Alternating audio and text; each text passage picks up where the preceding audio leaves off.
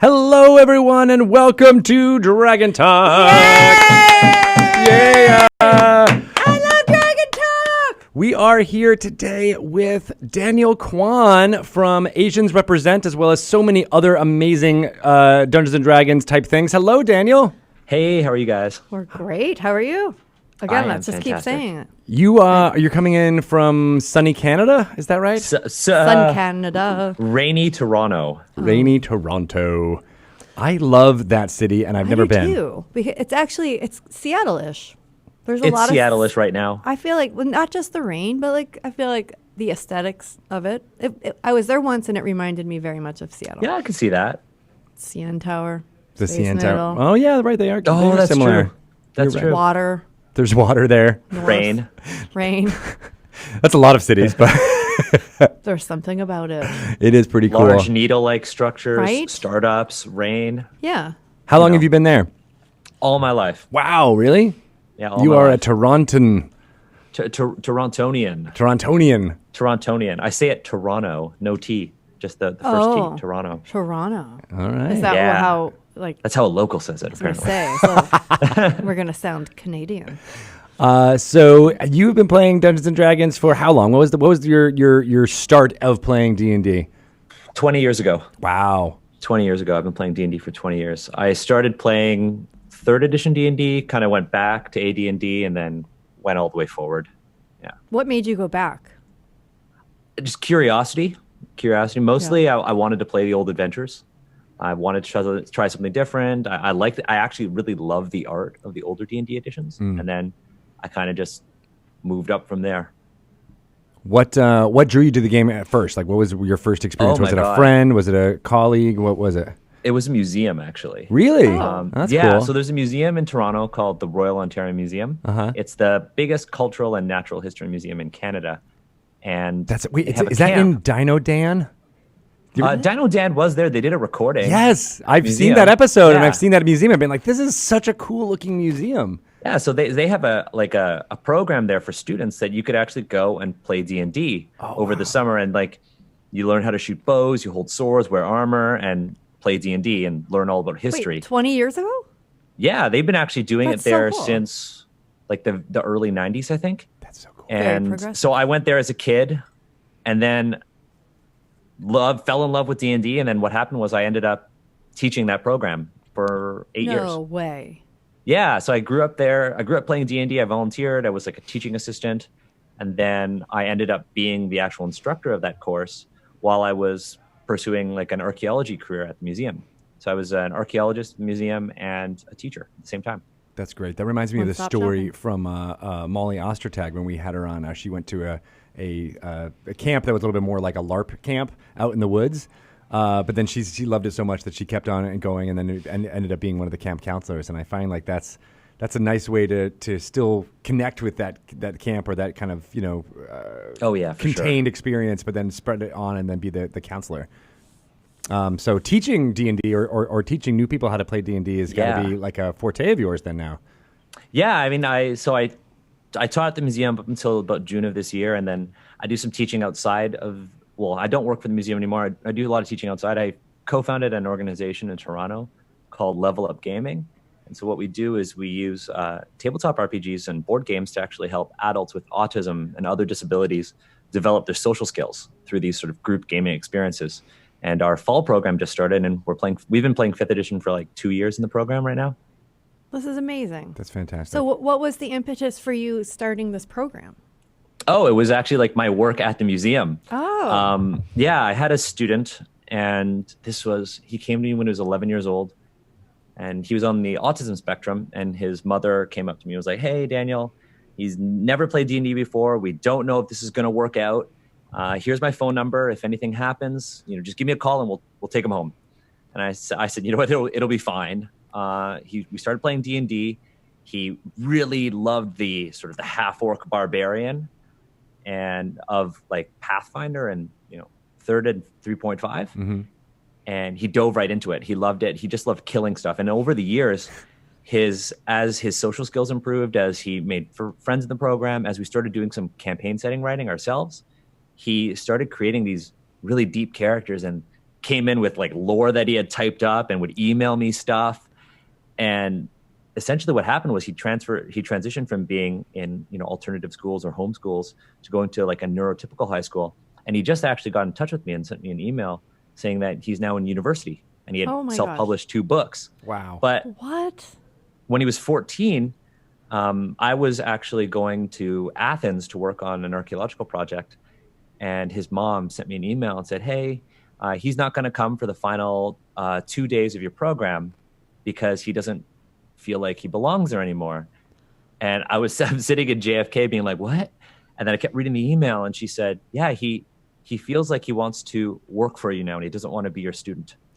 And he wants to work for you. That's so Well, I just got goosebumps. I That's know. so sweet. And I was because I flew from Toronto to JFK and then was going to Athens. And I was in the airport. We were boarding and I'm just like bawling and I'm the ugliest crier. And I was just like crying in the airport. And I told 2 of my fellow teachers when I came back about what had happened. And so one of them was a spec ed teacher and the other was training to be an occupational therapist. And so we said, you know what, let's see if we can do something for people who are over 18, because once you hit 18, the quality and breadth of programs that are available to you like greatly diminish. Yeah. So we started something called Level Up Gaming just over 3 years ago, and we've been doing it since. So this one student of mine, he ended up volunteering for me, being one of my staff GMs, and now I found out that he's writing books and studying philosophy at an East Coast university here. Oh my gosh, that is amazing. And then since him, we got so many more. We had a student who he had like violent tendencies and didn't like authority and would have a one-on-one. And immediately when he started playing D&D, didn't need a one-on-one assistant anymore. And he was with me for 4 years. He ended up getting a job and now he's working at the museum with the same program after I left.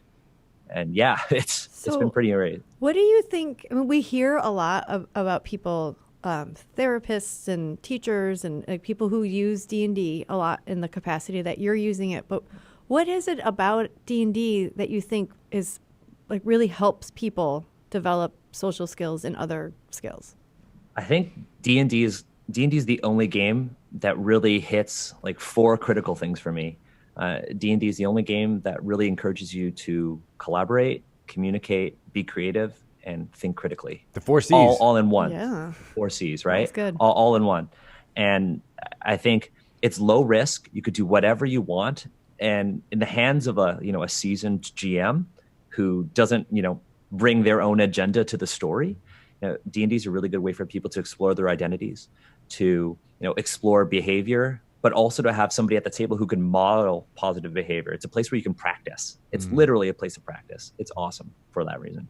Yeah, and I noticed that with playing with kids too, that the dungeon master can sometimes be the parent type situation where you're just you're demonstrating like, oh no, this is how you're intended to act in this situation, and you can just do it not necessarily by telling them this is you better do this or you're going to be punished. It's more just like here's an example, and you can make that happen, and that must be a boon to folks who are on the spectrum because they don't get that necessarily low stakes type of instruction.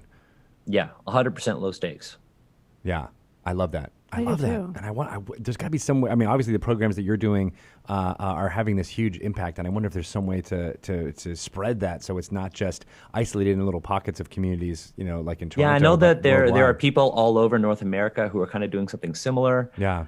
There are after-school programs like Mr. E, his after-school program. Absolutely. We're all over the place, and I know there are a lot of teachers who are actually using D&D for good. There's actually a teacher in Southeast Asia. His name is Khairul Hisham, and he actually uses D&D at the college university level to teach people English. Oh Amazing. my gosh! It reminds me of Stripes. Yeah, but he uses D&D. Do run. That's a strange vocabulary. Teaching them through like pop culture, but it is Yeah. an amazing way to do so it doesn't feel again like you got to memorize these things by rote, and that's the only way you're going to be able to learn a language. 100%. You'd learn it by doing it and having fun with it.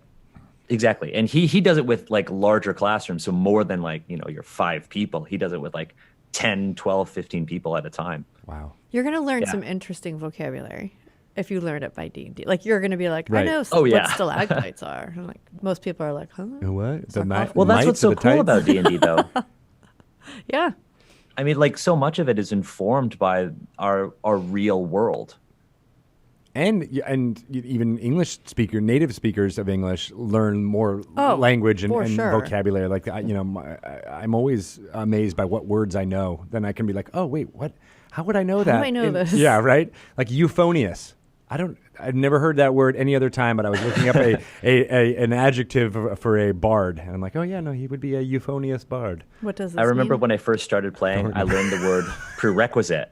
Prerequisite. Yeah, exactly. You're like Yeah. proficiency. Oh, yeah. You're like, when would Proficiency. you know Yeah. proficiency from Even other like than it being... a word like to a kid, like charisma. Like that's not something they go around saying. Like that No, kid's- it's not. It's got a lot of charisma, that Yeah, one. right. You know? I remember learning sarcophagus. Sarcophagus. I never knew Ooh, that. that's a good one. Yeah. That's a very And the good one. stalagmites and stalactites, which I still get confused I about still do, which one too. is which, but it's in my vocabulary now. That's true. You know, at least you're getting it wrong. Right. I have a 50-50 You could say both shot. of them. You could say both of them, and you just don't have to specify which one's up or I mean, down. I That's- just say it like really fast, like, "Oh, watch out for the stalagmite." Insert GIF of Yeah. tapping your head. Yeah. Like it. So in your program in Level Up, so like what is the like how is it run? Is it just Okay. like Yeah. like, is it? I don't know. You tell me. So we actually, what we do is, so we run either 8-week or 10-week programs. So once a week, so all of my partners and I, we all have day jobs. So once a week in the evenings, we get together at, right now we started at a place called the Center for Social Innovation. And now we're partnered with Community Center. And we have a room to ourselves. And on the first session, we sit down and we basically set expectations. We say exactly what safety tools. I know you had my friend Kiana Shaw on, who's also another Canadian. We talk about safety tools, what we want to use at the table. We make characters, and we talk about what we want our adventure to be. And then we kind of go into the more occupational therapy part of it, and we talk about our goals. So everybody has to write down 1 to 3 goals that they want to work on over the course of the program. It could be, I want to speak in character more often. I want to try to act as a character that's not me. I want to learn how to play D&D. Okay. I want to make a new friend, or I want to chat during the break. Like instead of just, engaging in game, I want to be able to chat outside of the game, right? And the game kind of gathers everybody there for that opportunity. And so as we play D&D, at the end of every session, we go over our goals to make sure that we are working towards them. If we've worked towards our goal in a session, we'll check it off. And we're actually using this session, we're using the hero point variant. That's I think it's in the Player's Handbook or the Dungeon Master's Guide. Mm-hmm.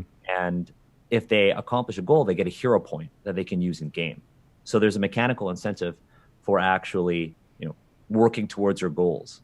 That's great. And we sit at a table and we play D&D for 3 hours.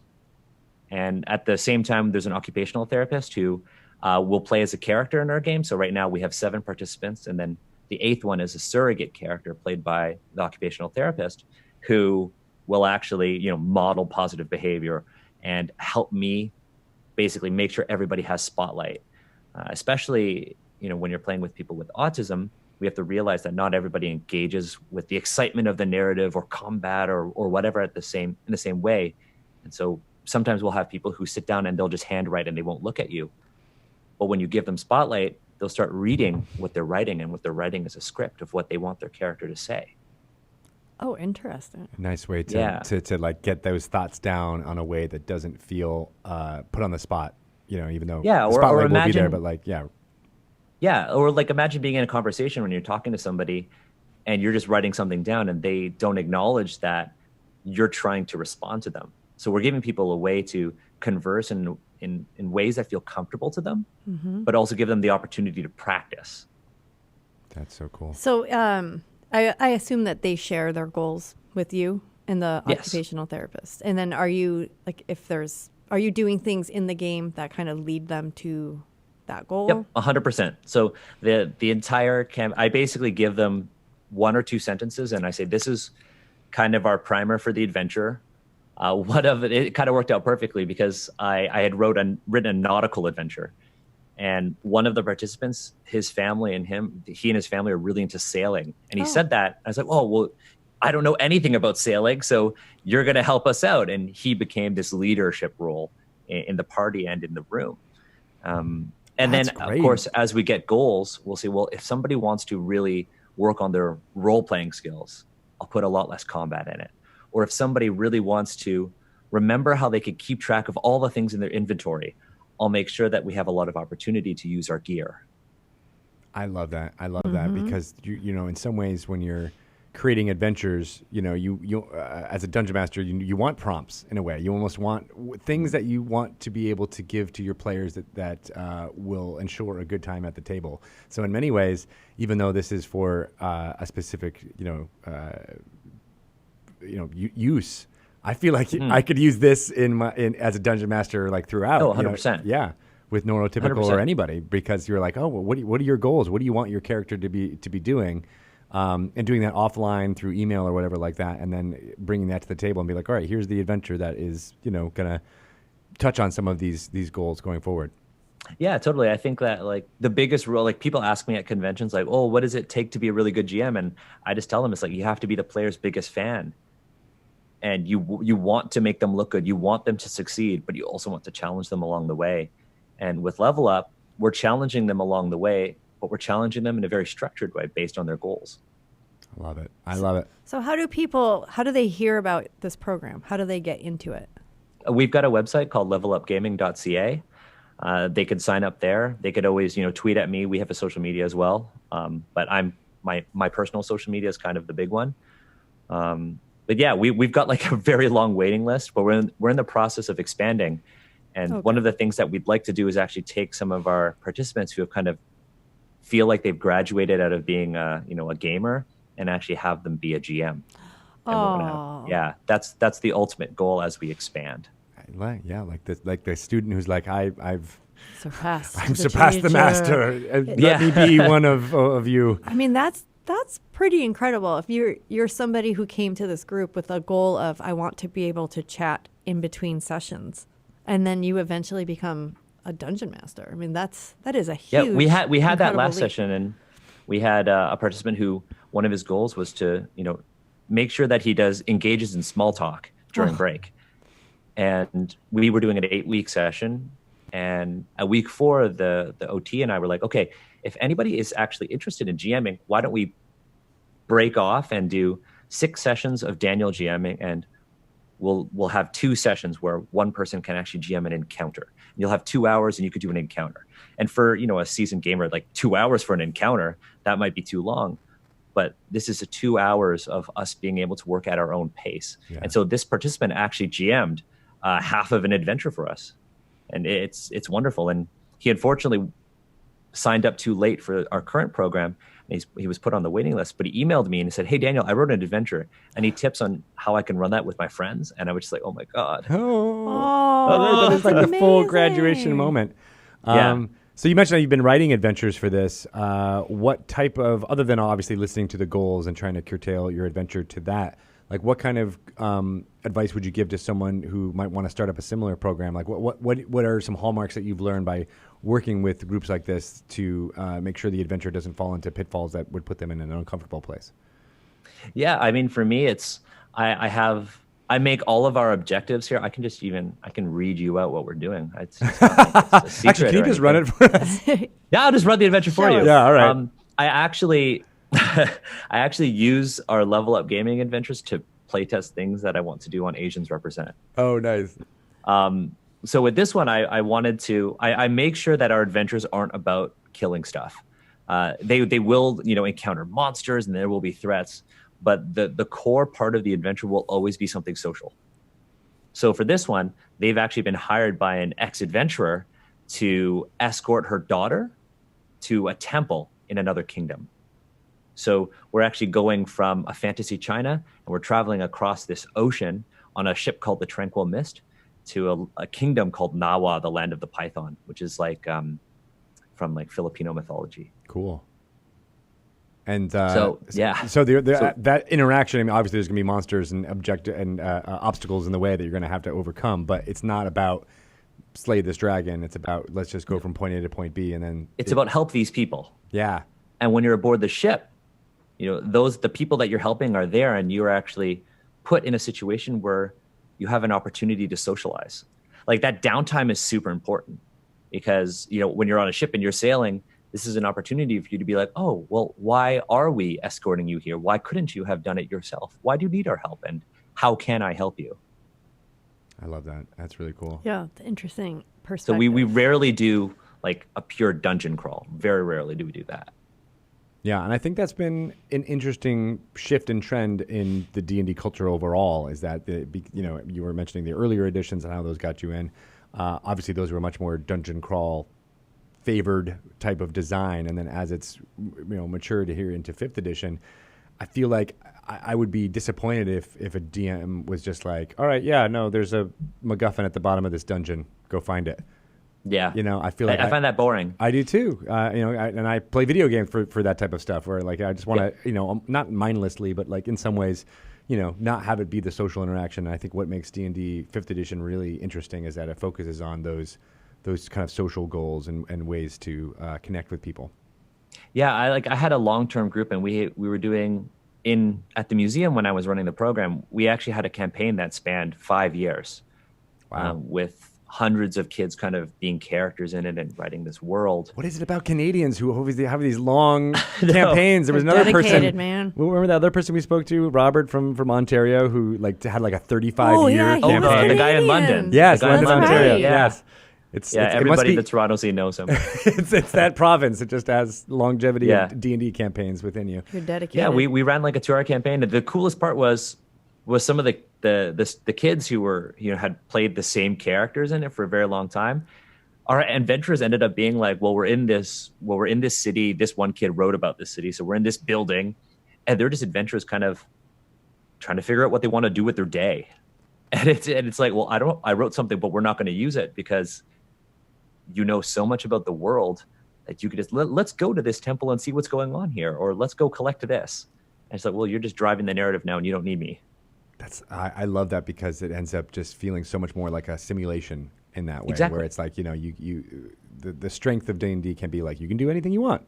And in that situation, you really could. They could go visit wherever, even just be like, hey, remember that awesome thing we did 2 years ago? Let's see what's happening and check in and make sure that everything is okay in that town still. Yeah, and then there's your adventure from there. It's like, oh, well, things aren't going so well because when you play this adventure when you were 11 years old, you killed all of the leadership. And then you left thinking you did some good for them, and now it is anarchy. Right. You took out the alpha predator? You're the alpha predator, and then all of a sudden all of the bunnies and sheep are out of whack. Ravenous monsters. Yeah. Consequences. It's important. It is important. You got to learn. Yeah, I'm thinking of all the things. That's why having everybody kind of invested in the world building part of the narrative is so important. Yeah. And it just, I love how it sparks different things in different people. Like somebody might get super interested in reading all about different civilizations because of something that happened in a campaign, and someone else might be interested in learning all about magic, or, it's just letting them be a part of that just gives them so much more. It gives the whole campaign just more depth. Or if, there's somebody who's interested in magic, you can ask them, well, what does magic look like in this world? Yeah. What does it look like to you? What does it look like to your people? Right. How does your culture view magic? Go from there. That's awesome. So you mentioned Asians Represent. That is a much more, I guess, adult, not focused on kids as much. When did you start that podcast? Just over a year ago, actually. A year and 2 months. And what was the impetus there? Just another creative outlet for you? Sort of. So my co-host Agatha went up to me and was like, hey, I want to do a podcast. And I had done a podcast. I had been podcasting prior to that, but not in gaming. I have a podcast that now is dormant called Curiosity and Focus. And it was just like, I just talked to people who I found interesting. About archaeology? No, actually, I talked to like a UFC fighter. I talked to Simu Liu, who is in Shang-Chi. He lives in Toronto. Interesting. A whole bunch of like actors, scientists, and we're just talking about things that were cool. Kind of like Dragon Talk. Oh, totally. Yeah, kind of like Dragon Talk. Except this one was World Talk. Tai Chi Talk. You might need to Tai bring Chi that Talk. back. Sounds interesting. Different. The podcast episode The name of the show changed. It was not good for SEO. It was not good for all. SEO, and I did not retain a lot of listeners. Yeah, weird. They're just. But not coming Agatha back. came up to me and was like, "Hey, like I want to start a podcast. I just don't know what for." And I was like, "Oh man, what if we did a podcast where we talked about sort of Asian themes in RPGs?" Because there was nobody talking about that at the time. And so we were like, "Let's do it." And so we pitched the idea to James D'Amato of the One Shot Network, and he said, "Done." And so we started Asians Represent, and we sat down, and in the first episode we talked about Orientalism.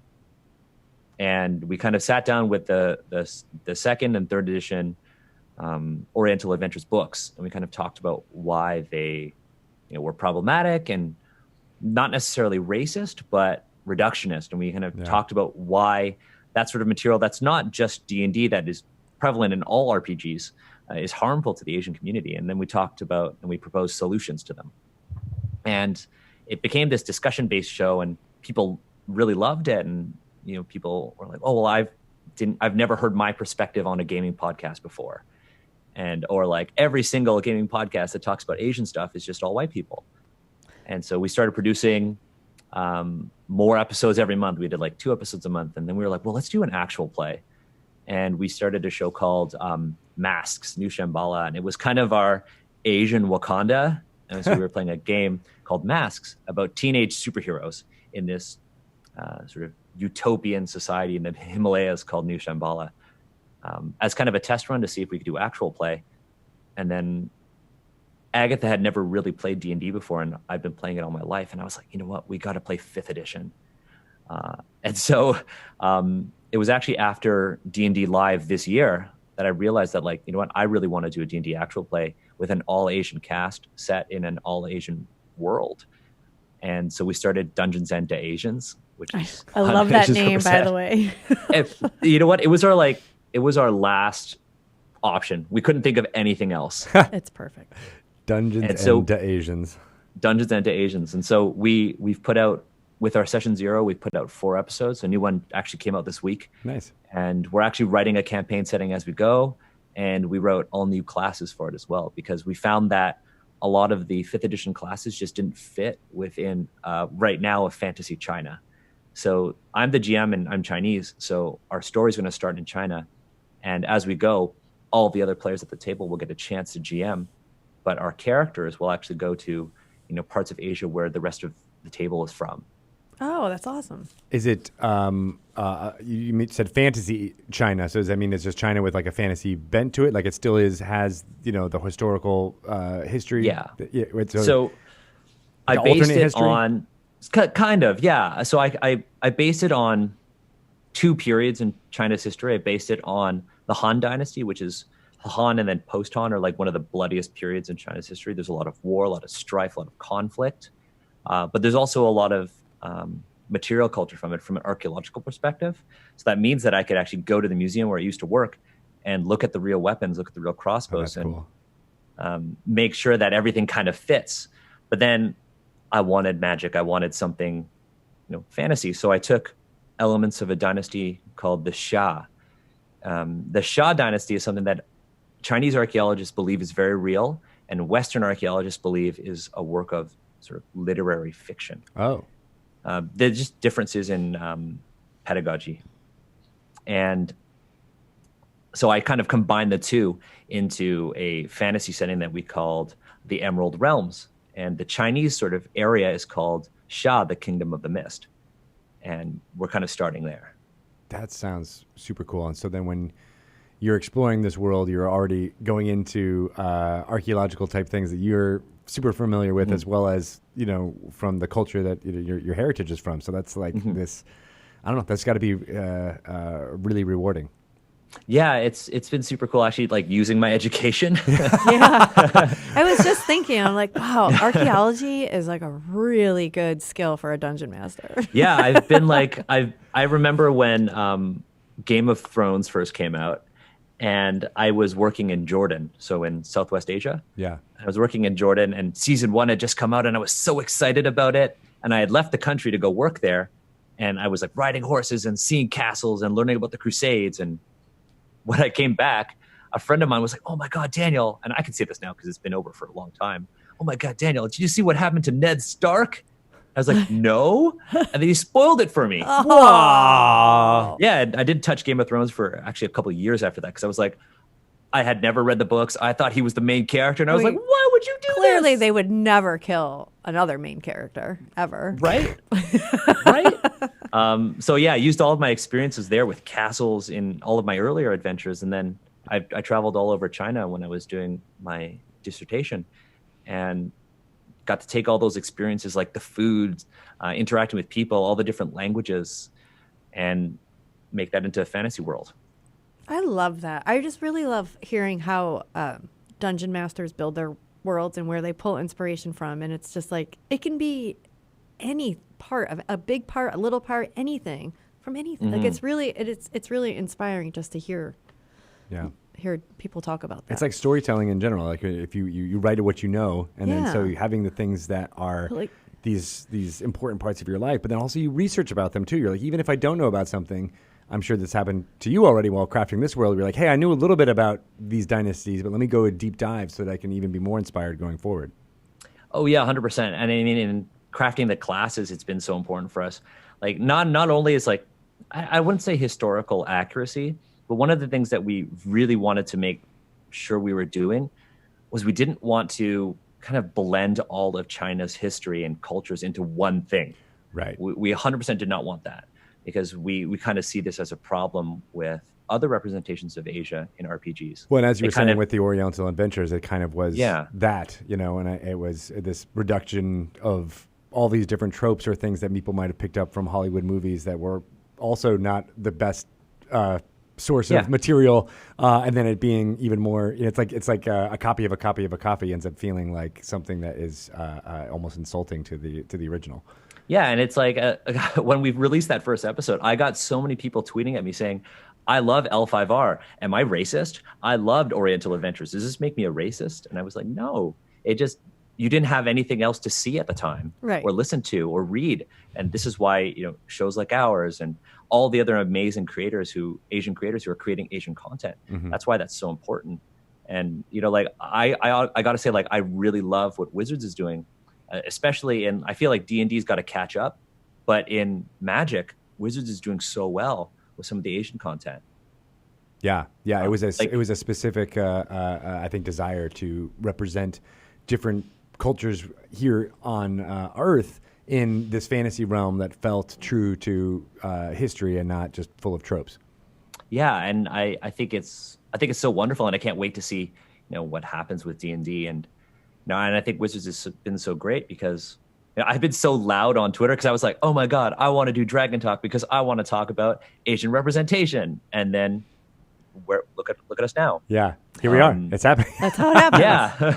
And I think it's so important for like creators to be loud about this because, we want to be seen. Like when somebody asked me, when was the first time you felt seen in media and like in pop culture? And I had to really think. Like I was like, whoa, when did I feel like I had been seen? Like representation is such a personal experience, like as is feeling seen. And I didn't feel seen in pop culture until this show called Kim's Convenience came out.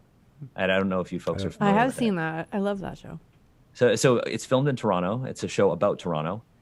And it's about a Korean family who owns a convenience store called Kim's Convenience. And okay. Yeah, now I know. Yeah, one of the characters played by Simu Liu, who's now in Marvel movies, he plays this sort of high school dropout son who's just trying to kind of make it. But I feel I resonated with that character because, he's at odds with his family. He wants to do what he loves. Like my family never really supported my love of RPGs, especially in trying to produce, content production. And so I really resonated with that character. And then I started thinking, like, have I ever felt seen in like tabletop RPGs in terms of books? And I don't think I ever have. And so I want to try to, make that happen for other people. Yeah. And maybe put myself somewhere so I could feel seen, not just physically, not just this like teal hair and glasses, because that'd be really weird.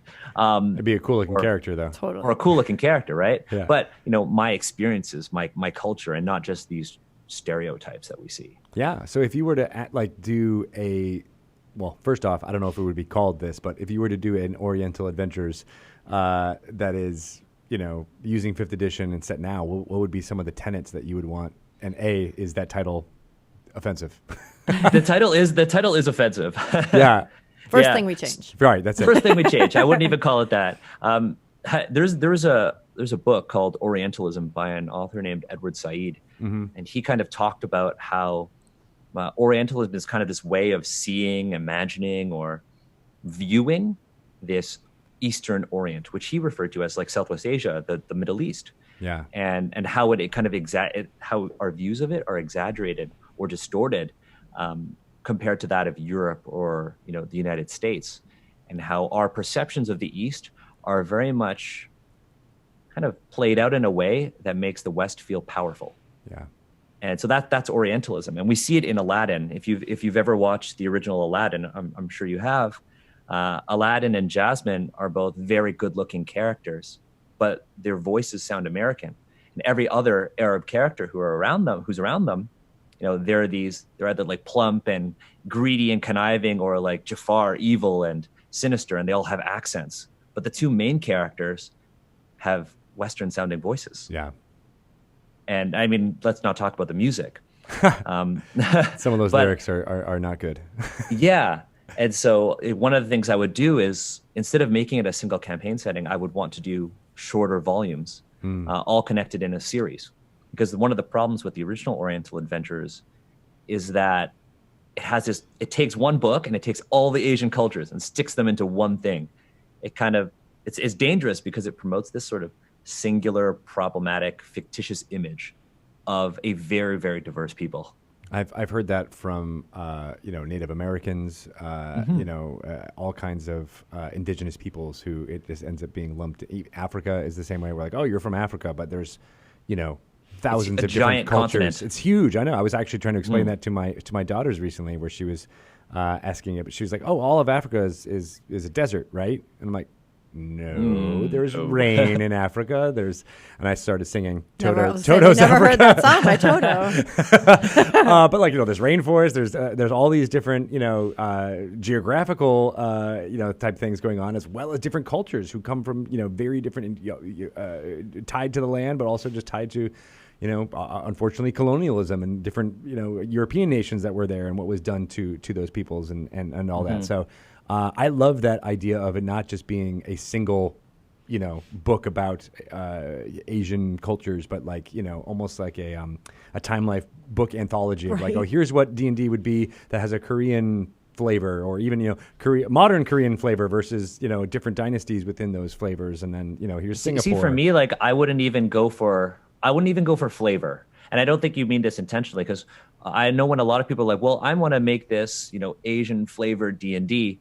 It often goes down to, well, I want to reskin something to make it look Asian, right? So if I want to say, oh, I want, a Korean flavored D&D, well, let's just change the name of the spellcasting class to something that sounds Korean. Yeah. There have been a couple attempts to do it, but none of them have involved Korean people. There's if the listeners or anybody who's viewing this, there's a designer in Korea. His name is Sang-Jun Park. You can find him through my Twitter. His Twitter is spelled Hyofon Kop. And he's a translator and designer in Korea who actually comes from a family of scholars who studied Korean folklore. And so if I were to do this project, what I would want is, to get a whole bunch of people down from different Asian cultures to kind of sit down and talk about what this Asian world looks like and what are all of these, nations that are colliding in this one space. Kind of come up with something that kind of unifies everything, and then work separately on our different cultures, and then release them in a series. So you have like book 1, China, book 2, Korea, book 3, Japan, book 4, South Asia, and then move on from there. Would it be, I'm just spitballing, brainstorming type things here, but if it almost might be interesting to not have it be so directly tied to real world analogs, but then create kind of like an Eberron or a Planescape type thing. Yeah, for sure. This is a plane in which all of the people have, maybe a tide through somewhere, but they've been split into different areas. But then this area is very much inspired by the Korean, thing. Yeah, this one's very much peninsula, inspired by China. This one's very much Japan, and they will all have different interconnections, just like the Forgotten Realms does now. For sure, yeah, 100%. I think that would be wonderful. I actually wrote something for Wizards. I'm not allowed to talk about it. You just did, dang it! But Mike emailed me and was like, "I want you to write something. Write it." And I wrote a really cool Chinese thing. So hopefully, I submitted it actually earlier this week, and hopefully it sees the light of day.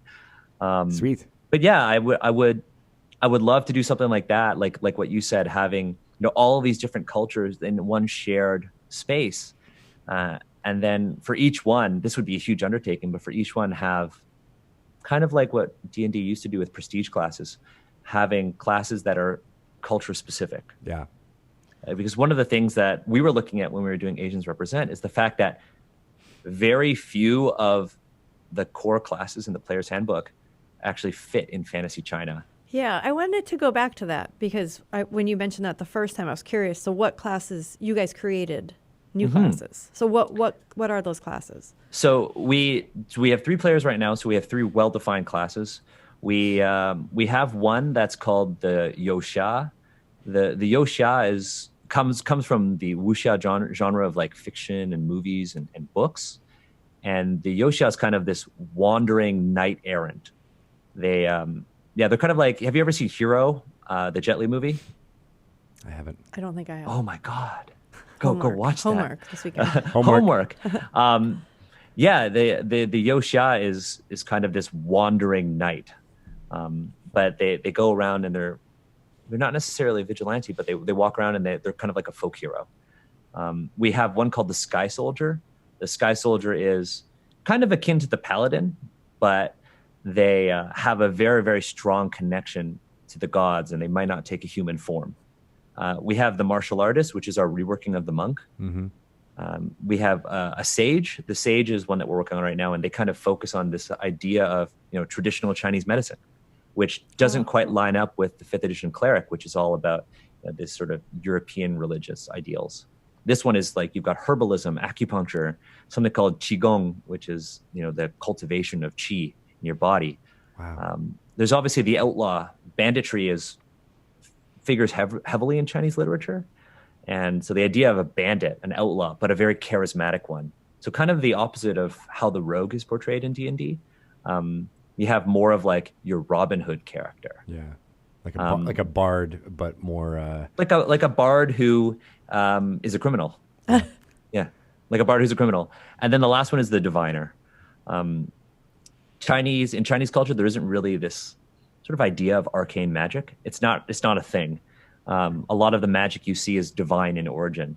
And so when we had the diviner, I drew on early dynastic Chinese history where your magical power is actually drawn not from like a patron or anything like a warlock, but drawn from your own family and your ancestors. And it's a kind of character who has to very narratively interact with the ancestors that follow them. And that's where they draw their power from. I love the reworking of those so that it feels more true to how literature has portrayed those kind of adventuring types. Yeah, we put a lot of work into the monk because the monk was the one that we knew people would want to play, especially since it's an existing class. Because there are so many things about the monk that are not necessarily problematic, but of all of the classes, the monk is the only one that has any cultural signifiers. It's the only one that's hard-coded as Chinese. Even if you think about the barbarian in 5th edition is not like a foreigner. They're not illiterate like they were in previous editions of D&D. It's not hard-coded as like, oh, you're like a Mongolian in early Chinese history. You're just a barbarian. The druid, aside from its name and use of certain like icons, isn't necessarily Celtic. But the monk is hard-coded as Chinese. Like not only from like its use of qi, but even if you look at the way the art is done, all of the like the colors of their clothing, and even the older editions, they look Asian, they look East Asian. But there's so many things about the monk that aren't necessarily Chinese or aren't necessarily accurate. And it's not to say that the monk is problematic. It's just to say that the monk is a very reductive portrayal of what a Chinese character could look like. Yeah, it's almost If as you- if the way it was yeah. designed was to try to draw in as many people, but by doing that, Yeah. it makes it feel bland and off-putting. Yeah, I mean, if you look at like it's what are your two core stats if you're a monk in fifth edition? It's dexterity and wisdom, right? So dexterity implies that you are small, you are lithe, you are agile, but you could use these small weapons. But if you look at traditional Chinese martial arts, they have large weapons like the guandao, which is basically the equivalent of a glaive, or like long swords and broadswords, like the Chinese jian, which is that straight sword that you see in a lot of kung fu movies, or this large curved broadsword. But those would all be strength-based weapons. But as a monk, you have one of your core stats, your combat stat is your dexterity. Then there's that idea of chi, and chi is kind of portrayed as magic in D&D. It's this action economy that you have to do special things, which are really cool in game. Like I love playing the monk. The character I play in my all my Quan games is always a monk. It's a gnome monk. Nice. Or I play as Jeremy Lin, but that's a different one. He's a Goliath monk. But you basically, like, chi is portrayed as magical, but in Chinese culture, it is like the underlying principle of traditional Chinese medicine and martial arts. And if anything, like, chi should be something that the fighter can use, the paladin can use, the rogue could use, or even the bard, if you kind of become a swashbuckler, can use. You're right, and not for these recreating these magical type effects that's in there right now, but yeah, it's like it's your breathing, your posture. Dice. Yeah, exactly, maneuver dice. Yeah. But then having chi kind of makes any monk that magical Asian, or like every Asian knows martial art stereotypes. So if you look at like Mr. Miyagi or like Pai Mei, having a magical Asian character basically gives GMs an opportunity to have Asian characters in a role where all they do is give wisdom to white people. Yeah. And so, like, again, like the monk is very much the result of Western conceptions of Eastern modes of fighting. And that would be the first one that I would change. Would you want to, make some of the components of the monk more accessible to other classes? Like, allow, like you said, the fighter or the paladin to be able to multi-class into monk a little bit easier? Is that? Oh, yeah, for sure. Yeah, what we're doing with Asians Represent with our martial artist, who's the monk, we actually went and kind of gave them the choice of either going with a hard style martial art, so something more chi based, kind of like that Tai Chi, or that hard style martial art where you're like perfecting your body. And Amar, who plays the martial artist in our campaign, he picked this like hard style. And so as he levels up, he gets both form mastery and something called iron body, this mastery of his actual physical essence. So he doesn't make use of chi at all. He actually just masters maneuvers. He masters weapons, but he also kind of masters his body through exercise. So he learns how to control his breathing. And so we kind of gave him something similar to what the fighter has with second wind. Mm-hmm. And we kind of gave him like something called Iron Soul. We kind of gave him the ability to add constitution instead of wisdom to his armor class, where he's actually training his physical body to withstand trauma and pain. We gave him the ability to withstand exhaustion and stun because he's actually trained his body to walk through deserts and climb mountains. Kind of if you imagine that montage in Mulan where they're all training. Yeah, any training montage, really. Training montage, even Rocky. Yep. You're in like a freezer, except there are no freezers, so you're at the top of a mountain. Top of a mountain instead. Punching a piece of meat. Yeah. Except this one, it's like you're punching the carcass of a dragon. Yeah. So that's kind of what we've done with the martial artist. I like it. Yeah, and so we just wanted to make it more representative of Chinese culture. Are you, hopefully the answer to this is yes, are you codifying this into something that people can grab on, like, say, Dungeon Masters Guild or something like that? 100%. We're actually going to take, we're building the world as we game and in between sessions. So everything that we're going to do, we're actually going to put into a single book. Cool. Not sure where that book's going to go, but we're gonna publish it all as a single volume. Love it. That's so great. And then, you recently participated through Asians Represent on the podcast Into Avernus with Victoria Rogers from the Broadswords. How is it adapting some of what you guys have been doing to a published, D&D story as a backbone? I can imagine that being a little bit difficult. That storyline was entirely based on our drive to Gen Con. So two things happened on the ride to Gen Con. One thing, I wrote an RPG about eating cheese string. Like you do. And the second was, I thought, well, what if we made the entire, podcast Into Avernus thing about a road trip? Because we were on this road trip. And what if you go from in our minds, we were like, what if you go from heaven, Canada, into America? Too on the nose. Too soon. Too on the nose. Yeah. But we were like, well, what if it was just about all the people we meet? And we had gone to these road stops and we met this really nice, it was called Grandma's Road Stop, I think. Aww. And that is for sure a portal to hell. I'm not buying it. And tell them Large Marge sent you. I'm buying it. And it said Canadian Nightcrawlers. And I said, what are Canadian Nightcrawlers? And she said, oh, Nightcrawlers from Canada. And I was like, what's a Nightcrawler? And the worms? We basically, I think they're worms. Yeah, we learned for that fishing. They were worms. Yeah. I didn't know that. And we took that entire amazing experience of driving down to Gen Con and basically said, okay, well, what if this was this cannonball road trip? And then it kind of turned into a rescue mission. It was a lot of fun. I really enjoyed it. I loved the whole kind of road trip idea for a series of podcasts. It seemed perfect when you guys pitched that to me. I was like, yes, I love taking kind of narrative tropes from movies and other type of things and applying them to kind of short seasons of D&D campaigns, because it feels, I don't know, it just feels like a natural evolution of this medium. Yeah, like that movie Rat Race, or Mad World, Fast and Furious, or yeah. 100%. Road Trip, even the movie Road Trip. Yeah, Road Trip. Yeah, yeah. Which is or in a way, Dumb and Dumber. Ithaca, right? They came from Ithaca, didn't they? They did. Yeah. Little claim to fame. That's right.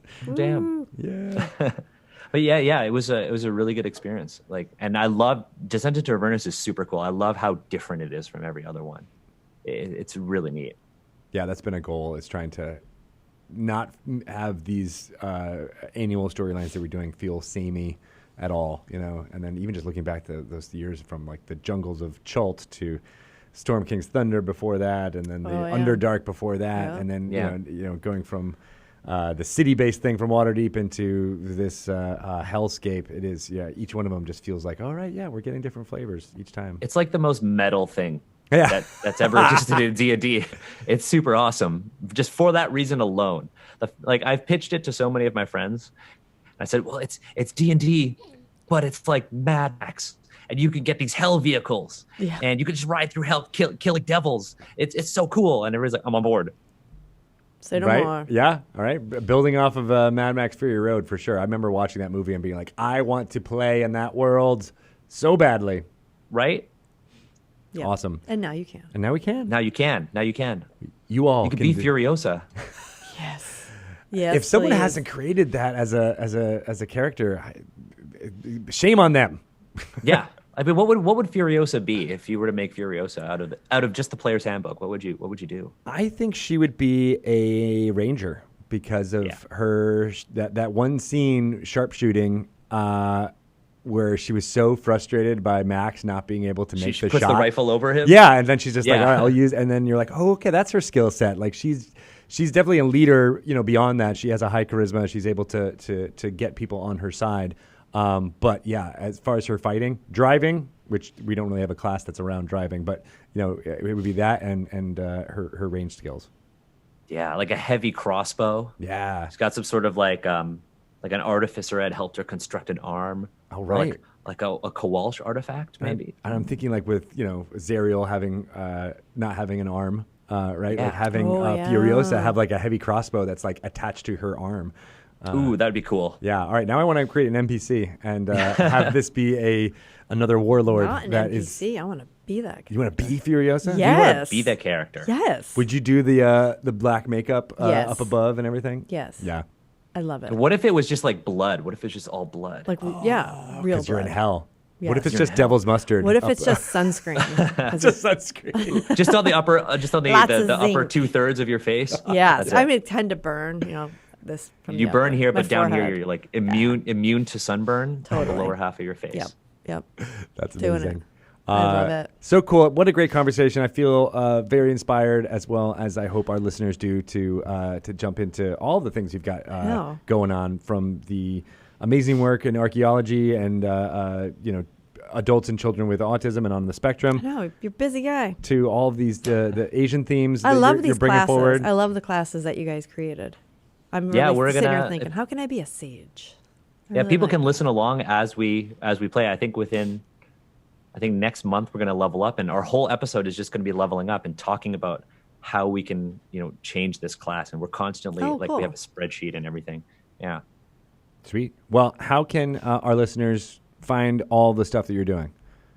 Yeah, just follow me on Twitter at Daniel H. Quan. I actually captured that for I have the domain and everything. So yeah, Daniel H. Quan on Twitter, Daniel H. KWAN on Twitter.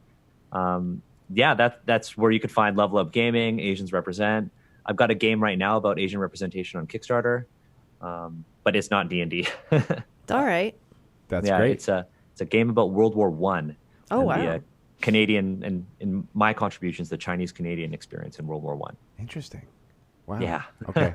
Well, I feel like that's a whole other interview we need to have about that.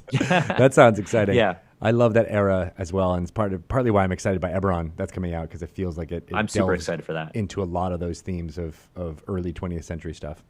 Mhm. And all the miniatures. That airship looks super cool. I know, right? Yeah, I love miniatures. I do Who too. doesn't? They transport you into that world. Well, thank you so much, Daniel, for being a part of this community. I think you're amazingly creative, and I can't wait to have you back on and talk about all the other thousands of projects that you're doing. I know, right? A year from now or 6 months from now. Oh, thank you for having me.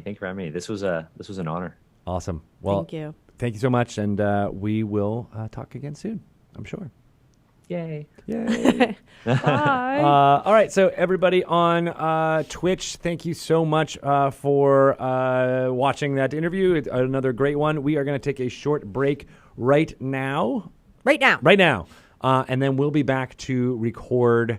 What is the thing that we're going to record? Intro. We're going to record Outros. outros, and all the banter in-betweens. that happens in between. So we're going to take a real quick break and come back to this. Stick around.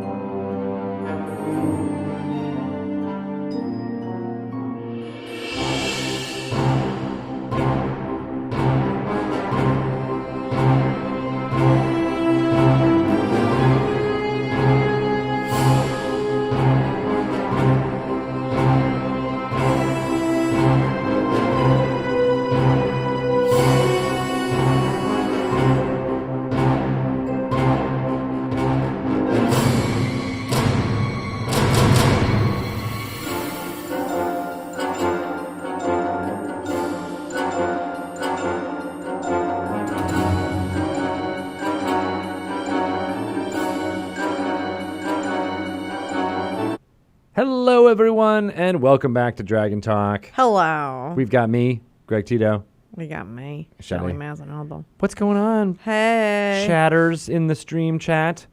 I am excited to... This is weird that we're doing this backwards. We just did our interview. I know. We're usually saying hi to everyone. Hi, everyone. Hi, everyone. Now I have Islands in the Stream in my head because you said chatters in the stream. What's Islands in the Stream? What is that? Dolly Parton, Kenny Rogers, one of the greatest duets of all time. Never heard it. Ryan, you with me? Wow. Chatters in the Stream, are you with me? No one gets the Dolly Parton, Burt Reynolds. Kenny Rogers. Kenny Loggins? No. This is not the danger zone. Widsith Atopos says, I have heard this song. Thank you. Yes. Good job. You've all heard this song. Islands in the Stream, that is what we are. No one in between. That doesn't sound like you're actually singing it. It sounds like you're just talking the lyrics, so well, it's harder to... You don't know it anyway. Perhaps I'm ashamed. Perhaps you sing it, I can probably tell you if I heard it or not. No. No. Not going to do that. Yeah. Well, But I'm going to Spotify the shit out of that. We're And gonna- I'm going to sing it on my way home. All right then. Fine. Woo! I think we're going to have to get you to dress up like Dolly Parton and sing it and perform it for all of us. Okay. Yeah. Next Halloween, You will be Kenny Rogers, I will be Burt Reynolds. dressed like Kenny Loggins. Just like or I'll do the Norm Macdonald Burt from Celebrity Jeopardy. It was like, ha, I got a big hat. It'll be funny, right? weird because Burt Reynolds has nothing to do with this. It would be weird, except he'd be in the But same go for it. era of fandom or culture of the 70s. He was very 70s? popular in the 70s, wasn't he? Is it the 70s? When that Dolly Parton, Kenny Loggins song came out? I mean, I think it's the 80s. Really? All right. Well, now Look up Islands in the Stream. Chris Johnson, a beauty and a geek, is saying he's looking it up. Okay, thanks. Yeah. Chris, Or you always got my back, Chris. Thank you. That is true. Thank you. I owe them a mug, I believe. I think we owe them a lot. I owe them some games because Chris was a very generous supporter to my Extra Life campaign. Let's talk about Extra Life. Extra Life! It's happening this weekend at Gamehole Con. Yes. There were lots of events happening there in Madison. Yep, and some snow. There's some snow. I saw all of the LA kids being like, what's happening here? Yeah. What are these things from the sky? The world is ending. It's not ash, I finally. was just thinking, I probably think it's Ash, PTSD. Oh, man. Saskert says 1983. Thank you. And it was the #1 song when he was born. Oh, Why? When they were born. That's pretty awesome. okay. Yeah. See? I should have known. You should have known. I You was were 5. definitely present I was in 5 in 1983. 1983. Yeah. You had ears. I had ears. I bet your parents were You know, blasting it. what's the first song that you remember, being like, oh, this just came out and I like it? I don't know. I clearly remember Pac-Man Fever because it was the first 45 that I bought. Really? Yeah. That's It was pretty like cool. a quarter. Wow. And I Yeah, remember, when they were so cheap. yes, Yeah. it was and I just remember like playing it on the little record player in my room. Remember with 45s, you had to put that little adapter down Yeah. first, and then so like the 45. Because it was the bigger I hole got in a the middle. pocket full of quarters and I'm headed to the arcade. That's all I remember, except for the chorus. My first remembrance of a song that was coming out was Jump from Van Halen. Really? Yeah. I remember being like, oh, I really like this new song. I feel like I was in college when that came. In 1984, Oh yeah, I was already graduated in the workforce you were already giving birth to Kesha. already. Already. Yes, That's amazing. very advanced. Really, that's a good one. Yeah. What was your first concert? Oddly enough, it was Van Halen. Oh my God, they Yeah. really made an impact For on Unlawful you. Carnal Knowledge Tour. Wow. And the Providence Did your Civic parents Center. ever like catch that acronym? They did. It was a long discussion about me attending this concert with my brother, who's 8 years older than me, Oh. about whether I could go or not. I was a long. Did he have your Talk. back? He had my back. He also had a ticket, and he needed someone to go with. More importantly, more he had importantly. a ticket. Yeah.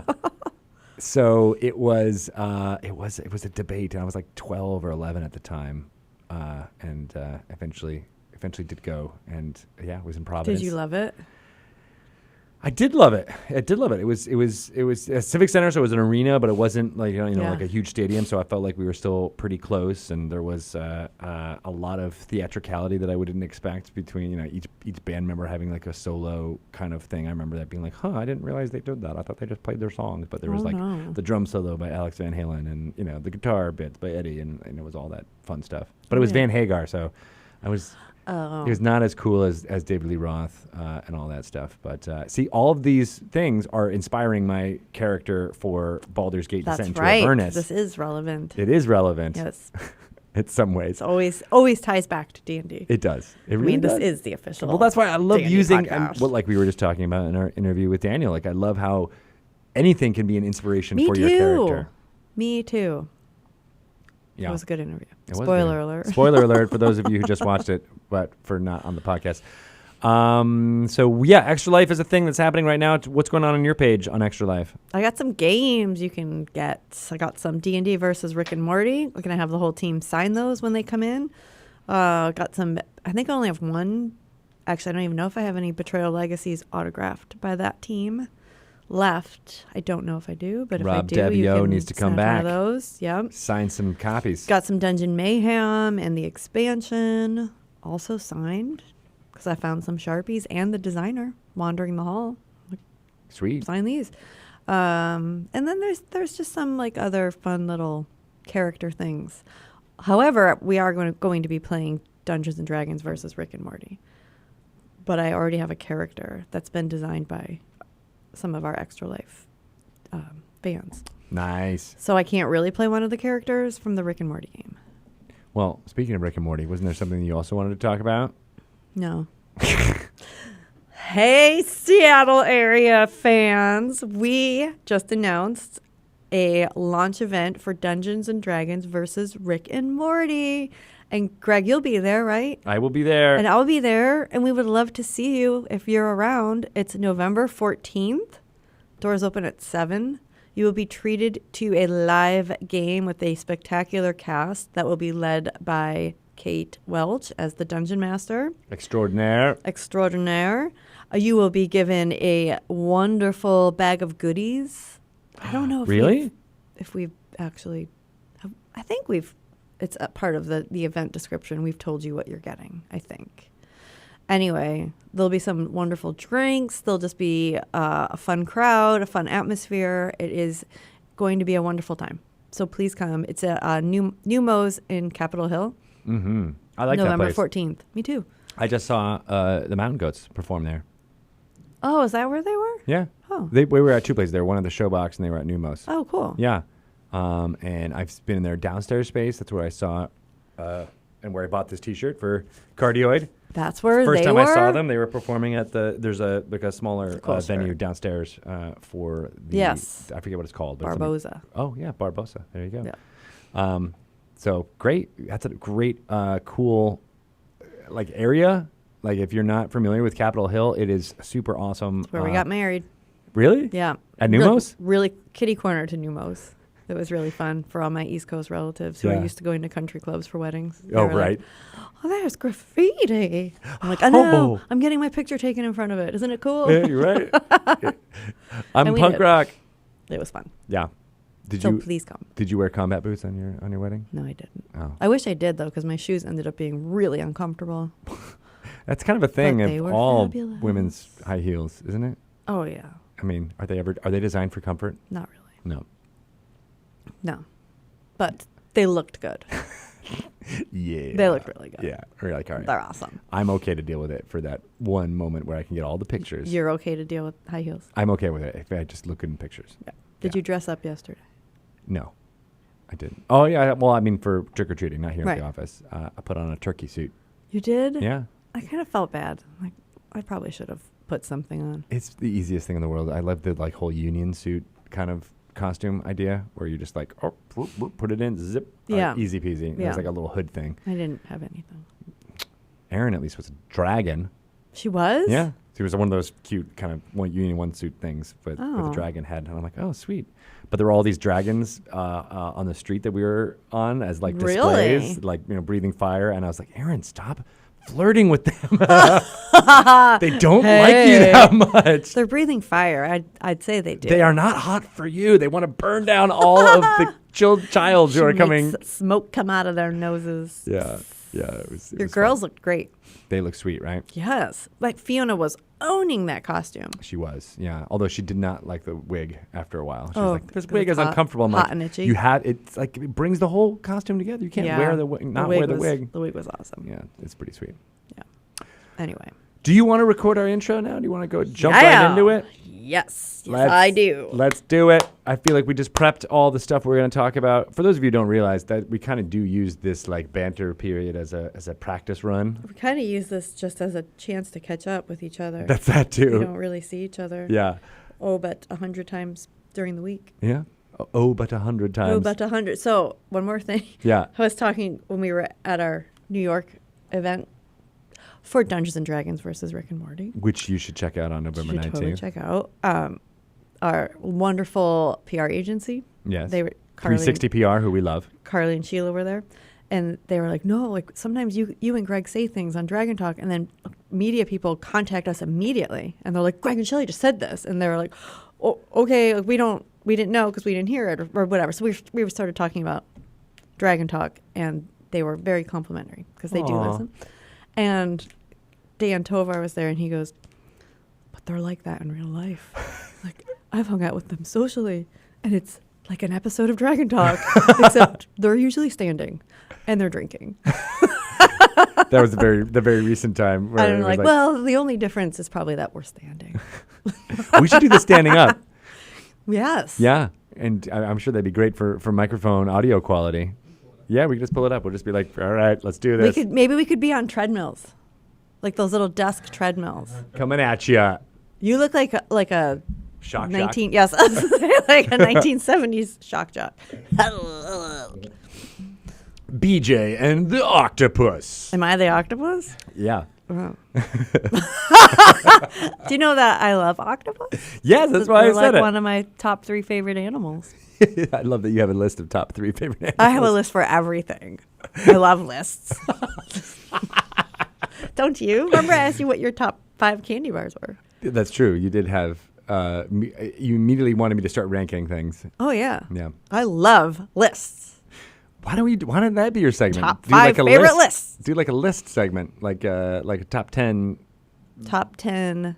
Yeah, and you can write it, and D&D it can be in your like in David your, Letterman. Can I throw them behind me and please, break a window? Please, I would love that. What are my lists about? Top 10 favorite spells that were thrown out for 5th edition. Oh, I should See? start going through people's trash cans. What's that? Top 5 pieces of trash that Chris Perkins threw away today. Honestly, Chris prints out things and then he crumbles them up and he goes, "This is no good," and he puts it in his trash can. Every single time. Yeah, it's not like a digital. Like we are totally not It's digital true. here. Here, wait. I'm gonna do a little change. Hold on. Bum bum bum. Now we're a different view. I like this better. However, Yeah, I always you don't look want at the that studio light? screen because that's where the guest usually is, Yeah. and the camera's here. So I think I'm constantly like this. Yeah. We have a monitor up here, so if you noticed in the interview, I was always like looking up, and I was like, "Oh, my eyes look weird because I'm looking up." It's just nothing makes us happy. Nothing. That's why we're gonna stick with this. All right. Oh, I liked the other one. All right. Fine. If There we I'm go. like this, do I look like I'm looking at you? Yeah, actually, it does. Do I look like I'm looking at you? Hi. Hello, you guys. Yep. How are you? But then I was looking up a little bit, and But it looked weird. But when I now was we're not up. looking at each other. We're just looking outwards. If I'm like this, where does it look like on the? I can't see because I'm looking. What about that one? Where does it look like your eye lines are off. It looks right. like. I'm just like there. If you're watching this on Twitch, are you thinking, what's she looking at? I am looking at Greg right now. We're looking at each other. I we're looking think at each that's other. clear when we. Yeah. Now I'm looking at Ryan. You know what's interesting? This is like a whole science None of this. No, Oh. it is. It is a whole science in filmmaking that is mind-boggling to me. It's like where your eyes are looking, and so much continuity needs to be paid. It needs to be paid attention to because if an actor is looking in the wrong true. way in a shot, it feels completely off, and it's counterintuitive to me because I'm always like, oh yeah, they would just look there, but then you watch it back and you're like, whoa, something looks really weird. Hate breaks in continuity Yeah. in TV and movies. I hate it. Like, come on. Right? Yes. But you know how hard it is to keep that going? Well, I never noticed the eyes thing, but like other. Well, think about it. And I was watching The Last Jedi recently, and that whole bit where we're totally off topic and not recording our intro right now, but we just got to deal with it. We'll get there. We'll get there. When Rey and Kylo Ren are looking at each other, if you notice, they have to they were like, oh, when they lock in, they're not looking directly at the camera. They're looking off right, and he's looking off another way. But it feels right. It feels like they're looking at each other, even though their eyes are looking at in different directions from shot to shot. Okay. But there's a moment where they're not looking at each other before they're it's before they get into that forced connection that they have. You noticed it? Yeah. Huh. Well, and I think what I noticed was that when they lock into each other is when their connection is complete, and it feels like that was just a really good way for the director to, simulate that they have this connection, even though it was two completely different shots. They were on two different sets. Weird. Right? Yes. But it works because they're eye lines. The more you know. Eye lines. More you know. Anyhow, let's do the intro. Okay.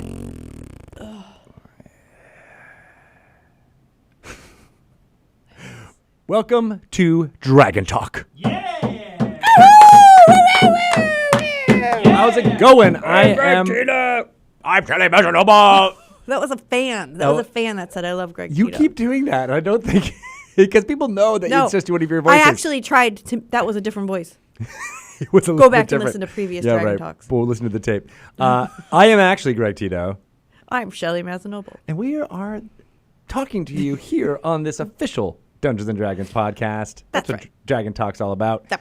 We have an amazing guest on the interview section for this podcast episode. Daniel Kwan from so many different organizations. I know. But Asians Represent, as well as Level Up Gaming. Level Up Gaming, and archaeologist extraordinaire. Yeah. Oh, it's super cool dude. What a wonderful conversation, Yeah. talking all about how he's inspired to create TRPG content for Asians and using Asian culture, different cultures within Learned a Asia, lot. and what that's all about, the different classes that he's designing for that, and then as well as all of his work with Level Up and bringing Dungeons & Dragons to people on the autism spectrum and letting them practice in a safe space. I don't know. It just was really, really great interview. It really was. I'm excited. He is a wealth of talent. You should stick around for that. And then, of course, we have our segment coming in after that. But before we get to all that, let's talk about Extra Life. Okay. Right? Let's do this. What's going on with you for Extra Life? For Extra Shelley Life. Mazzanoble? So I'll be playing in an Extra Life game here in a couple weeks, in a week or so. It's soon, like November 9th? I think it's next week, actually. Yeah. We will be playing at a little snippet of Dungeons and Dragons versus Rick and Morty. Sweet. Maybe don't let the kids watch that one. That one's, even though it's for the kids, it's not for the kids. For the kids, but it's not for them. Do you understand the difference? It's a nuanced thing. Yes. I get it. But I mean, obviously, we'll stay somewhat on the rails if we can. As you should. Ben Petrosor is going to be DMing that. Sweet. He is a very funny DM. You have been a big fan of Ben Petrosor's dungeon mastering and just normal personality for years. I know. I have been a big supporter of Ben. Yeah. I really like him. He's a funny dude. And he watches The Bachelor.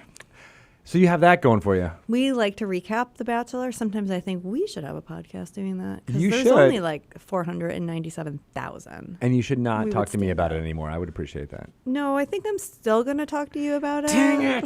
I almost got off scot-free. It's really fun to talk to you about it. You're like, your judgment is fun for everyone. I love it. It's fun. But Extra Life is super awesome. I love all the stuff that you're doing. And you. I have got a page up right now where you can be a guest on Dragon Talk if you donate. I'll donate. And make it happen. We'll interview you. Interview me. All right. We'll doppelgang you, and then we'll... An interview by me, of me. Could we have, maybe Bart can pretend to be you, and then we'll interview I feel them? like, no, I will be me, and Bart can do the interview. And then he'll be like, I never knew any of this about you. This is so weird. We don't talk at all. Except on Dragon Talk. And from now on, I'll be like, if you want to talk to me, you need to get a microphone and some headphones and interview me. That's the only way we can converse as spouses. Well, and anyway, you can donate for the kids. That's what Extra Life is all about. It contributes to the Children's Miracle Network of hospitals all over the country, all over the world. Yeah. But a lot of our proceeds go to the Seattle Children's Hospital. My child has been there. My child's been there. It is They a were super very kind. fun, interesting place. There's going to be some Dungeons & Dragons streamed games from that location, from the Seattle Children's Hospital with kids, with patients. So that's really exciting. How awesome is that going to be? Bart has been knocking that out of the park. I'm very excited to see that happen. Yeah. And there's all types of fundraisers going on at Gamehole Con in Wisconsin this weekend. When you listen to this, it will be the past weekend, but also at Luca Comics and Games in Italy. All type of fundraisers and contributors to what's going on there will be going back to Extra Life, which we're really excited about. Amazing. Love it. I think we're getting the Dung Sweepers back together, too, for another game that will support Extra Life. Really? Yeah. It's not this next week. It's the following week because I have a wedding to go to next weekend. But why are so many weddings? I know, right? You are gone almost every weekend for a wedding. 3 weddings I had to fly back to the East Coast for this year This alone. is another one on the East Coast? Yeah. Yeah, this one's in Cape Cod. I know, right? I've been back to New York twice. This is one's in Cape Cod. So at least we're going to beautiful places. Yeah. But, you were just in New York, actually. How was New York? It was so good. I ate a lot of bagels because that's my favorite food, and I really love New York bagels. And I ate one. I just devoured it. I shoved it right in. And then I got up, and I went back to the counter, and I'm like, can I have another one of those? And she was like, oh, my God, really? And I'm like, lady. Yeah. Do not judge. Keep it coming. Toast the bagels. Let's get them rolling. You were like at a bar. You're like, all right, taking a shot. And then you're like, keep it coming. Keep it coming. Leave the bottle of bagels. I did. I just like put a 50 on the counter and like, just keep going. But you were there for playing some Dungeons & Dragons versus Rick and Morty tabletop role-playing game adventure. Yeah. Yeah. And it was amazing. Was it? Just listening to people play that game is hysterical. Like people are like, I can't laugh anymore. My face hurts. Because it's just funny. Are you selling some kind of therapy or like facial massages that you can get, to prepare yourself for the hilarity? Yes, that's why I think that you'll enjoy our Extra Life game. I hope, because it's just, D&D is generally entertaining to watch, but this is just so wild. Right. And it's off the wall. You don't have to know anything about Rick and Morty. You're still going to have a really fun D&D adventure. Right. And you don't necessarily need to know anything about D&D either. It's not necessarily a starter set, right? Which we've said, but it is a great way for bringing in fans of the show into tabletop role-playing and vice versa, people who are fans of D&D into what the world building behind Rick and Morty. I actually was talking to some people at the New York event, and they said, you know what, I think I'm going to use this to get my friends to play D&D. Nice. Because it's like a little bit more mainstream. He's like, if you have friends that maybe have a barrier to playing D&D that's like, well, I don't like fantasy, or like, it's too high fantasy. Like if they have like some impression about like, oh, I don't want to be an elf or whatever. This is easy.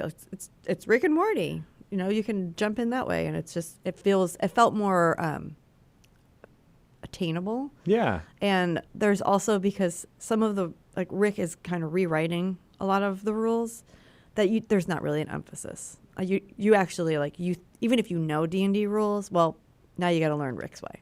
Because it's a little bit different, and it's interesting, fun, weirdo stuff. It is, and some of the stuff he comes up with, it's actually not bad. It's actually kind of decent advice. Well, what's cool about that is that it wasn't actually Rick who came up with that. It was Kate Welch and Jim Zub, but mostly Kate Welch who designed the Dungeon Master stuff. Jim Zub came up with Rick's annotations to the rule book. Okay. Kate and Adam Lee and Ari Levitch all worked, and Ryan Hartman also from Penny Arcade. Oh, sweet. So they all worked very hard on building this adventure, which is it breaks all of the rules that you think you know about D&D. They just kind of took this opportunity to say, what would people typically do through a dungeon crawl? Let's do the opposite of that. Let's do it. I love it. You will love it. All right. Well, I'm going to jump in as soon as when are we going to get a copy in the office? I might have one under my desk. All right. I'm going to open it up on D&D News next week. Oh, okay. Yeah. Okay. We'll show people the components. That'll be fun. So that is coming out November 19th. Yes, along with Eberron, Rising from the Last War. Big day. It's a big red letter day in Dungeons & Dragons It is. history, celebrating, well, Eberron is just amazing. We've talked about it a lot, but it is, kind of it's a huge book, 256 pages. It's got a mini adventure in there. It's got all of settings that you could possibly have, an entire class. The first time we're introducing in a class since the Player's Handbook came out in 2014 for 5th edition, the Artificer. There's multiple different races that you can play, 4 completely new ones, and then 12, I think 12 additional ones that are like dragon marked house races of versions of folks in there. Maps of lightning trains, of elemental galleons, wealth of information about the last war and what is happening in Eberron, and it's fascinating. And every time I talk to Adam Lee or Chris Perkins about some of the content that's within that book, I get more and more excited. Awesome. Eberron was not a setting that I jumped into when it was first introduced in 3rd edition or even during 4th edition. So it was my first setting I ever played in. That's amazing. Yep. That's really cool, and it is for a lot of people. But I never did. I never jumped into it, and so this has been a wonderful introduction for getting excited about this different themes that you can explore with this book. So I hope more people find it, pick it up on November 19th. That along with the Rick and Morty book together. I hope they set a Rick and Morty adventure within. Take those characters and shove them in. I know, right? Let's mash it all up. I want to see it happen. So that's exciting. Tyranny of Dragons is out in stores right now. It is a combination of 2 volumes, Hoard of the Dragon Queen and Rise of Tiamat, that were released 5 years ago in 2014 with the release of 5th edition. That adventure has been fine-tuned a little bit. Some of the encounters are smoothed over to allow for Dungeon Masters to have a easier time with first-level characters. We learned a bit in we 5 learned years. Just a little bit. I don't want to oversell it. There's just, it's a little bit of fine-tuning. Didn't need much. Some appendices, some table of contents edits to make it more clearer. And then my favorite part about that, there's like 30 pages of concept I art love that too. on the back, beautifully, not just beautiful concept art, but graphically designed concept art, because I believe it was Emmy, or it might have been Trish, knocked that section out of the park. It looks beautiful. It looks fresh. It looks like it just is having these dragons and other characters come to life in a way. And you saw how the thought process was of putting them in 5th edition. But now I kind of want that for all of our books. I know. I feel like I'm a little spoiled now. I know. Well, maybe we'll start releasing some of that, because depending on how the feedback goes, I think that'd be really interesting. Yeah. All right. So let us know. Let us know if you like it as well. Speaking of feedback, there is a survey now that you can take. Survey says, "Show me pudding." Have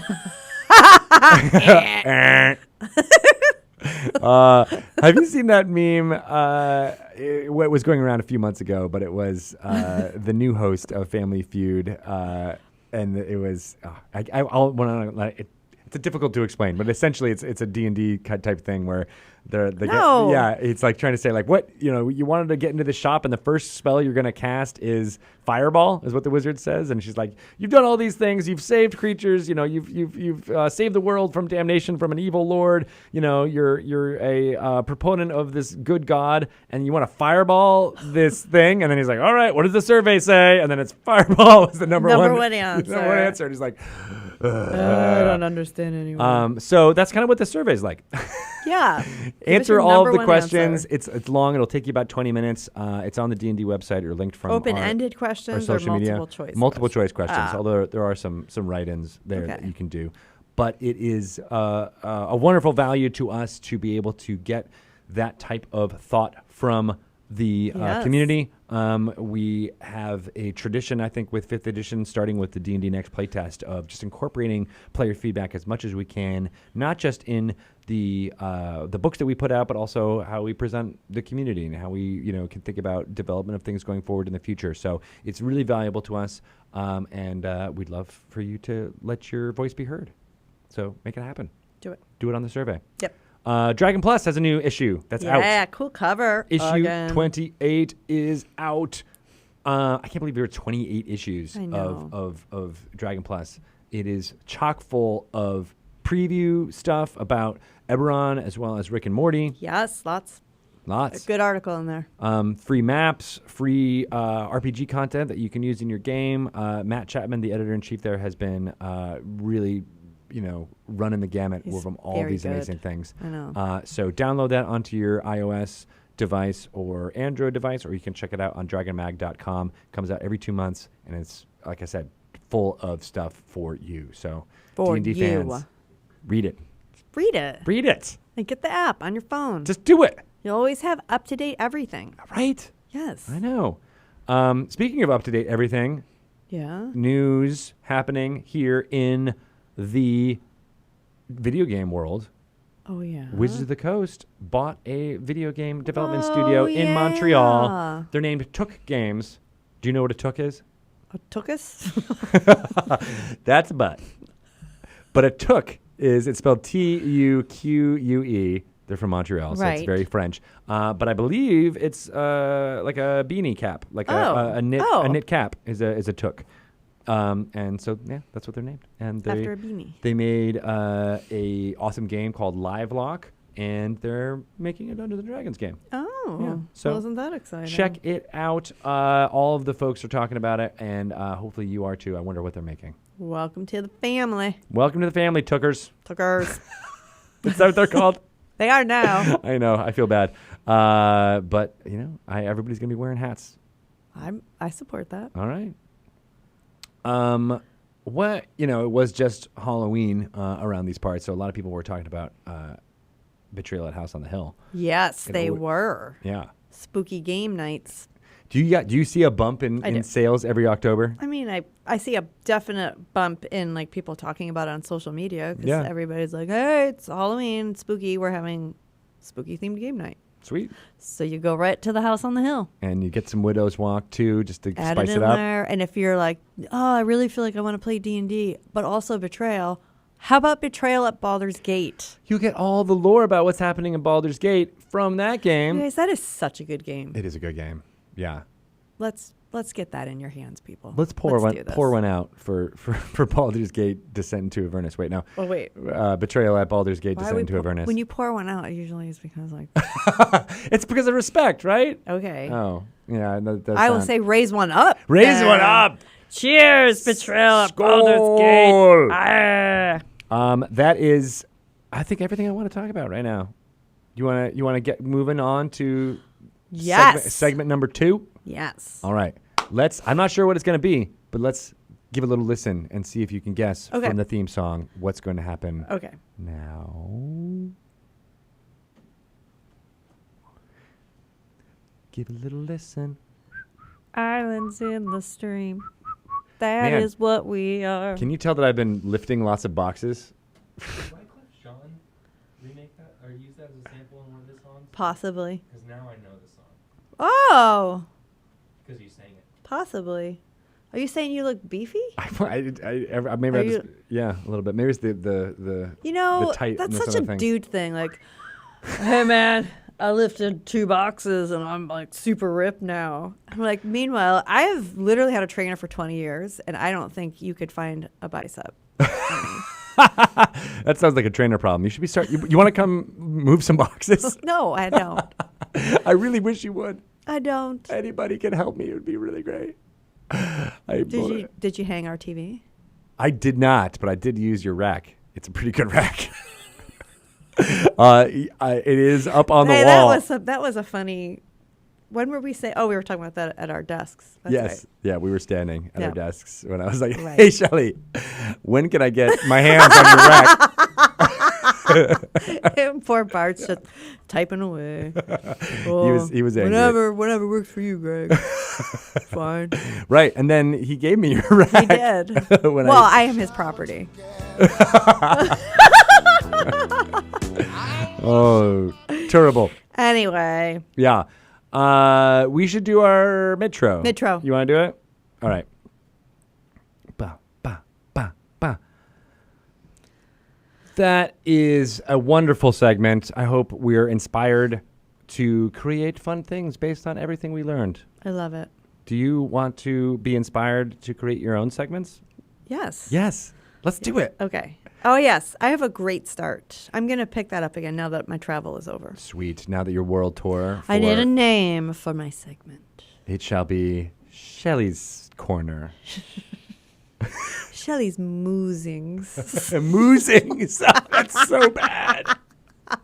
Oh, wow. I let's get a survey. Dungeon Mooster. Yes. Survey says no, did not pass play testing. Damn. Yeah. Focus groups say no on that one. Focus. Ficus groups love it though. What's a ficus group? Play a group of ficus plants. They very slowly love it. put like one thumb up. They're like, yay. Dungeon Moostering. It took me a week to get that leaf up. Totally to worth give it. Yeah, right. It's a real slow The survey. results come in slowly, but they're worth it. But we move on them. Move on them. All right, let us call up our guest today, Daniel Kwan. There's so much I want to ask him about what he's doing because it seems like he's got his finger in all Lots types of interesting things. creative books that are turning pages. Right. I know, right? Yes. So let's do it. Let's call him up. Okay. Ring, Bring. ring. Oh, answering machine. Wasn't that an awesome interview? Yes. I feel really, energized. I know. I'm excited I love the level up gaming. You know what I love?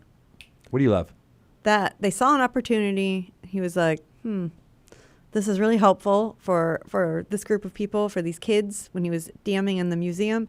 And then what happens when when you're an adult and you could still benefit from learning some social skills in a really positive, supportive environment. Yeah. So they created it. Right? You're like, here's a Yes. need. Let's fill it. Yes. Yeah, I love that. And it's growing, and it's such an important thing that they're doing there. So Agreed. I really love that. And I like that it is a very 2019 thing, right? Where like, the way, people crap on social media and, the negative things of it, and there are Right. things like that. But Yes. what I love about the connectivity of the internet and creating podcasts and publishing things like that on the web is that it provides a platform for folks like Daniel and his colleagues to be able to do stuff that can reach a very large number of people that may not be connected by any other way. Right, like there's folks that clearly wanted this type of content, and they were able to find it from actually living in Asia to Asian Americans here to the Asian people all over the world, and they can all be like, all right, this is for us. And he was very articulate, and I think explained it really well. Like I think we know why representation is important. Yeah, But I think that it might get lost to some people. Like maybe you don't know, especially in a game like D&D where it's just fantasy. I mean, you're pretending to be an elf anyway. Like, why does it matter? yeah, But he was really good at explaining like why the attempts that have been made and that are out there aren't truly representative, and why that's important that they are. yeah. And I love using knowledge of archaeology, knowledge of history, knowledge of those cultures, and making something that's richer than what has been done in the past is a goal that I think everybody has. Everybody wants to have those types of new classes and new ways of engaging with the storytelling that Dungeons & Dragons provides a framework for. So, like, kudos to them for making it a thing. And I really do feel like when you have a fantasy world that's rooted more in a reality world, it's just easier to become immersed in it. To me, anyway. Like I just feel like I can, maybe because there's things I can grab onto that I can relate to, and then it just enhances the fantasy part for me. Agreed. So I'm excited. I hope that they do publish that book, and I want to get my hands on some of those classes. Absolutely. Yeah. And right. Well, so everybody follow Daniel Kwan, everything he's doing, and it's one of my favorite things about this podcast in general is that we get to talk to interesting people like his podcast. Yes. Like his one that's all about different talks. And what about next week's podcast? That's right. We have Brian Murphy coming on. He is the co-host of Not Another D&D podcast.